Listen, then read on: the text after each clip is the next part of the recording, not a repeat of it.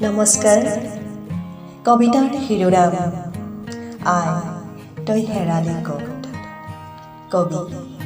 অনন্ত কুমাৰ ভূঞা ডাৱৰীয়াদেৱ আই তই হেৰালি ক'ত ঘাট মাউৰা কৰি এৰি গলি মোক দুখৰ বোজাত সুখ বুটলিব পৰা নাই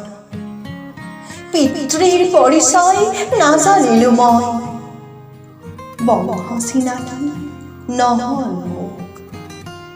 চকু পানী টুকি এদিন দুখেৰে কৈছিলি পিতৃহাৰা হোৱাৰ কৰুণ কাহিনী চাদৰৰ আঁচলত ধৰি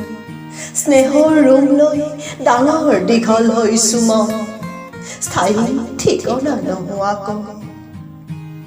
সান্তনা লভিবলৈ পিতৃৰ নামো নাজানো তনিছে নিথৰুৱা অবলা তিৰতা ভিক্ষাৰ জলুঙালৈ খুজি মাগি যোগাৰ দিছিল ফুকৰ ভাত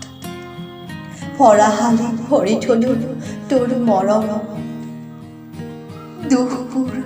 বুকুত সাৱটি লৈ অনাদৰ অৱহেলাত ডাঙৰ হৈছো মই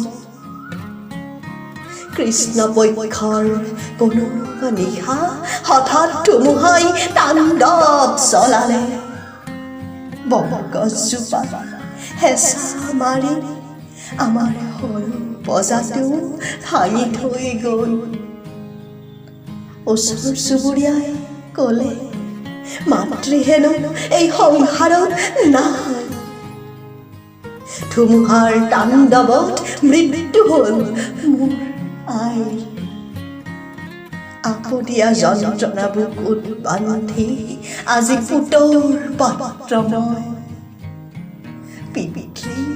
জন্মৰ আগতে হেৰুৱালে দুখখনত মাতৃয়েও বিদায় মাগিলে হতভগীয়া মই তই ক'ত আছ নাজানো মই য'তেই নাথাক কিয় মানুহ হ'বলৈ আশীৰ্বাদ দিবি নিশাৰ ভাত গৰা মুখলৈ নিওঁতে দুখ লাগে মোৰ